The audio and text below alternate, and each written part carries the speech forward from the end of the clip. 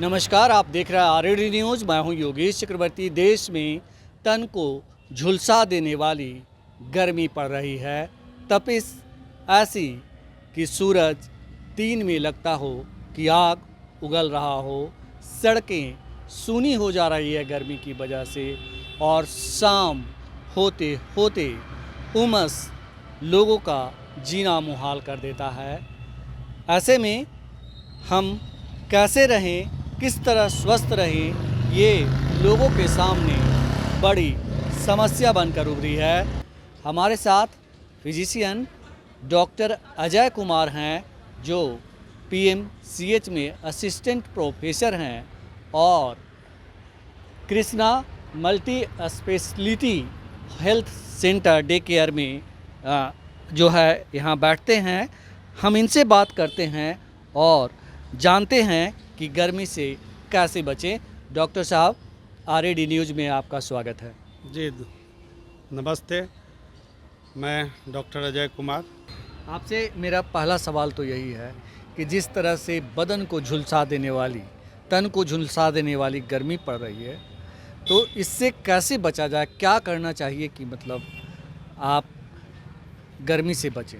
देखिए, सबसे पहले तो जिस तरह की गर्मी पड़ रही है यहाँ पर, खास करके पटना में और पूरे बिहार में गर्मी का जो प्रकोप बढ़ता जा रहा है, दिन प्रतिदिन ऐसा लग रहा है जैसे कि टेम्परेचर बढ़ता ही जा रहा है। तो इसमें हम लोगों को खास करके अभी जो देख रहा हूँ, ऐसे पेशेंट हमारे पास आ रहे हैं जो कि उनकी स्थिति जैसे वो डिहाइड्रेशन इतना ज़्यादा हो रहा है कि उनका ब्लड प्रेशर लो हो जा रहा है, किडनी अफेक्टेड हो जा रहा है। मैं कई ऐसा पेशेंट देखा हूँ जो कि हीट स्ट्रोक की वजह से उनको ब्रेन का भी प्रॉब्लम आ जा रहा है, वो बेहोशी की स्थिति में आ रहे हैं, सीजर लेकर के भी आ रहे हैं, इतनी गर्मी पड़ रही है। तो मैं तो सब लोगों से यही कहना चाहूँगा कि इस परिस्थिति में आप प्रयास करें कि जितना कम से कम आपका इसमें एक्सपोजर हो। आप बाहर अगर बहुत ज़रूरत हो रही है, खास करके उनके बारे में जो बच्चे और जो बुज़ुर्ग हैं, उनको कोशिश करना है कि घर से बाहर ना निकले। कम से कम अगर उनकी दम लग रही है ज़रूरत की कुछ बहुत इम्पॉर्टेंट है, तो उनको आप जाएं तो एक गाड़ी में जा रहे हैं, कम से कम एक्सपोजर हो। और ख़ास करके जो लोग वर्किंग है, जिनको जाना बहुत ज़रूरी है, तो उनको कोशिश करना है कि फुल कवर कर लें अपना जो कि स्किन, क्योंकि कभी कभी सन बर्न की वजह से स्किन का भी प्रॉब्लम आ जाता है, तो उसको कवर कर लें। और जितना हो सकता है आप अभी के समय में जितना अधिक से अधिक आप पानी पी सकें। पानी की कमी नहीं होनी चाहिए। आप फ्लूइड की मात्रा, जैसे कि नारियल का पानी हुआ या कुछ जूस हुआ, इलेक्ट्रोल पाउडर हुआ, ये सब चीज़ को लेते रहें। इसकी कमी नहीं होनी चाहिए। शरीर में जब पानी की कमी होती है तभी समस्या आती है। अगर इस चीज़ की कमी नहीं होगी तो आप उससे बच सकते हैं।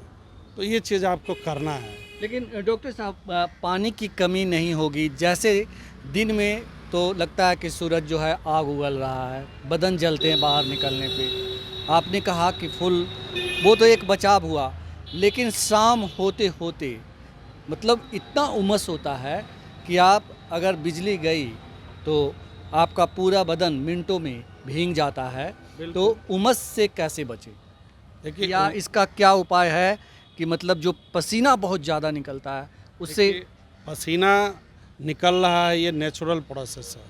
आप इस चीज़ को डिनाई नहीं कर सकते, क्योंकि जितनी गर्मी है और ख़ास करके जब ह्यूमिडिटी ज़्यादा होता है, ह्यूमिडिटी के टाइम में पसीना बहुत ज़्यादा निकलता है और पसीना सूखेगा भी नहीं। तो प्रयास यही करना है कि हम पंखे के नीचे, कूलर के पास, क्योंकि हर लोगों के पास हर एसी की सुविधा तो है नहीं कि हर लोग एसी में बैठ जाएंगे। तो उनको बस वही करना है। खास करके शाम का समय है तो वो कूलर के पास, पंखे के पास बैठ करके अपना जो भी है, पसीना तो सूखता नहीं है, ह्यूमिडिटी बहुत ज़्यादा रहने पर तो दिक्कतें तो आती है, लेकिन ये नेचुरल प्रोसेस है। आपको प्रयास यही करना है कि जो हमारे शरीर से जो स्वेटिंग हो रहा है, पसीना निकल रहा है, आप प्रयास करें कि जितना निकल रहा है उससे ज़्यादा आप इनटेक करें, क्योंकि पसीना निकलने से आपको सोडियम, पोटेशियम, ये सब की भी कमी होती है। आप उसको कोशिश करें इलेक्ट्रोल पाउडर लेकर के घर में शरबत बना करके, ये सब चीज़ का उपयोग करना है, क्योंकि उस चीज़ को मैं रोक नहीं सकता हूँ। हम लोग किसी तक कोई, हमारे पास ऐसा कोई सिस्टम नहीं है कि किसी का पसीना चल रहा उसको रोक दे। ये तो नेचुरल प्रोसेस है। बस जो हो रहा है उस कमी को हमको दूर करना है, ये चीज़ हम लोग को प्रयास करना है। आपने कहा कि जो ह्यूमिडिटी की वजह से पसीना है जो मतलब निकलेगा ही, और इसे रोकने का कोई जरिया मतलब कुछ उस तरह की टेक्निक भी नहीं है, एक प्रोसेस है, मतलब शरीर का एक विज्ञान है। लेकिन डॉक्टर साहब, हम आपसे ये जानना चाहते हैं कि आपने कहा कि शरबत आप लें, ग्लूकोज लें, तो कई लोग जो ऐसे होते हैं जो डायबिटीज़ से पीड़ित होते हैं, तो वो किस तरह से मैनेज करें इन चीज़ों को? बिल्कुल बिल्कुल, आपने सही चीज़ पूछा है। क्योंकि जो खास करके जो डायबिटिक है, तो उनको ये ध्यान देना है कि हमको शुगर वाली चीज़ नहीं लेनी है, क्योंकि इस तरह के मौसम में ग्लूकोज का लॉस नहीं होता है, शुगर का लॉस नहीं होता है। हमारे शरीर से जब पसीना निकलता है तो इलेक्ट्रोलाइट इम्बैलेंस होता है, इलेक्ट्रोलाइट की कमी होती है। आप उसको नमक पानी लेकर के भी पूरा कर सकते हैं। इलेक्ट्रल पाउडर में थोड़ी बहुत शुगर रहती है, अगर ज़रूरत है, बहुत ज़्यादा ज़रूरत पड़ रही है तो आप उसको ले सकते हैं। नारियल पानी ले सकते हैं, उसमें नाम मात्र का शुगर होता है, उससे बहुत हानि नहीं होगी। लेकिन आप अलग से ग्लूकोज पाउडर लेना या अलग से चीनी घोल करके पीना, ये सब चीज़ नहीं करना है। ये सब चीज़ पर ध्यान रखने की ज़रूरत है। जी जी जी। हाँ डॉक्टर साहब, देश की एक बड़ी आबादी, बिहार की एक बड़ी आबादी ऐसी है जिनके पास कूलर और एसी नहीं है, वो फ़ैन से ही अपना गुजारा करते हैं, पंखे में रहते हैं। तो ऐसे लोगों के खान पान को भी बहुत ध्यान रखना होता है कि मतलब क्या खाएं नहीं खाएं इस भीषण गर्मी में, क्योंकि कई लोगों के पास फ्रिज भी नहीं है। तो खान पान का ध्यान कैसे रखें, किस तरह का खाना खाएं, इसके बारे में बताएं। देखिए, अभी के मौसम में खान पान में आपको ध्यान देना है कि तले हुए पदार्थ को ना लें, मसाले वाले चीज़ को अवॉइड करें। आप फल फूल पर ज़्यादा फल सब्जी पर ध्यान दें, फल की मात्रा को बढ़ा दें, और साधारण खाना, मांस मछली इस मौसम में जितना कम हो सके आप उसका इस्तेमाल करें। ये सब चीज़ ध्यान देने की ज़रूरत है। फल आप खाते रहें, साधारण खाना, सिंपल सा खाना में कोई परेशानी नहीं है, ये सब चीज़ का प्रयोग कर सकते हैं। दही की मात्रा ले सकते हैं, ये सब चीज़ का आप इस्तेमाल कर सकते हैं। और मैं तो इस संबंध में आम लोगों को भी, सभी लोगों को ये बताना चाहता हूँ कि ये बहुत बड़ा प्रॉब्लम है, आप इसको हल्के में नहीं ले सकते हैं। ये ग्लोबल वार्मिंग भी हम इसको बोल सकते हैं। ये हम सब लोगों को समझने की ज़रूरत है, और हर पब्लिक को, हर लोगों को, क्योंकि अगर हर लोग ये चीज़ को समझ लें तो हम समझते हैं कि इसको दूर किया जा सकता है। आप पर्यावरण पर ध्यान दें, पर्यावरण को हम अगर सुरक्षित रखते हैं तो शायद इस तरह की गर्मी को हमको झेलना नहीं पड़ेगा। अगर सब लोग ये ठान लें कि हम कुछ पौधा या पेड़ अपने जो भी हमारे जो एरिया है, जगह है, हम वहाँ पर पेड़ लगाएं, तो अगर ये सब लोग इस तरह का प्रयोग करते हैं तो हमको लगता है कि शायद गर्मी से आने वाले दिनों में छुटकारा मिले। लेकिन अगर ऐसा नहीं करेंगे, आप देखेंगे बहुत जगह पर कि मकान बनाने के लिए बहुत सारे पेड़ काट दिए जा रहे हैं, बहुत सारे इंडस्ट्री लगाने के लिए पेड़ काट दिए जा रहे हैं। तो जो पेड़ काटे जा रहे हैं तो उसकी जगह उसका कोई रिप्लेसमेंट नहीं हो रहा है। अगर आप इस चीज़ का रिप्लेसमेंट नहीं करेंगे तो इस तरह की परेशानी आपको झेलनी पड़ेगी। इसलिए हम लोग को पर्यावरण पर ध्यान देना चाहिए। चाहे सरकार का ही ये काम नहीं है, ये सरकार ही से हम लोग उनको छोड़ दे कि सरकार का ये काम है, सरकार अपना समझे, ये चीज़ हम लोग को कभी नहीं सोचना है। हर पब्लिक को ये सोचना है, हर आदमी को ये सोचना है कि हम कैसे पर्यावरण को सुरक्षित रखें। खास करके जैसे गर्मी के दिनों में क्या है, ये साइकिल बनता है। गर्मी हो रही है, लोग एसी लगा रहे हैं, सब अपने अपने घरों में एसी लगा रहे हैं। जहाँ एक एसी होता था 5 एसी का इस्तेमाल कर रहे हैं। तो उससे क्या हो रहा है कि जो उसका एसी का जो आउटपुट होता है उससे गर्म हवा बाहर पर्यावरण में जा रहा है, उससे भी गर्मी बढ़ रही है। तो ये साइकिल है। जब आप पर्यावरण को सुरक्षित रखेंगे तो शायद हमको एसी लगाने की भी ज़रूरत ना पड़े, हमको कूलर लगाने की भी ज़रूरत ना पड़े।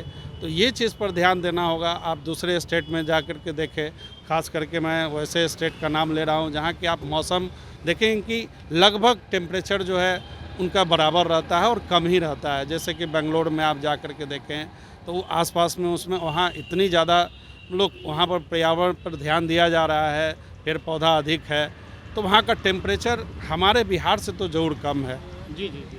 और नॉर्थन में तो नॉर्थ इंडिया में तो खैर वहाँ तो पहाड़ी एरिया है, ये सब चीज़ ज़्यादा है तो नेचुरली की टेम्परेचर, लेकिन वहाँ पर भी आजकल देख रहे हैं कि इस तरह का प्रॉब्लम आ रहा है, दिन में गर्मी वहाँ पर भी बढ़ रही है।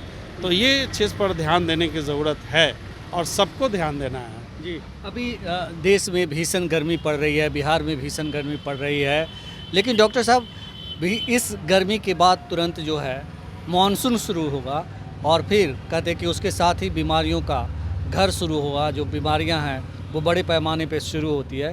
तो इन गर्मी और मानसून के बीच जो है का फेज चल रहा है, तो इस दौरान क्या एहतियात लोग बरतें?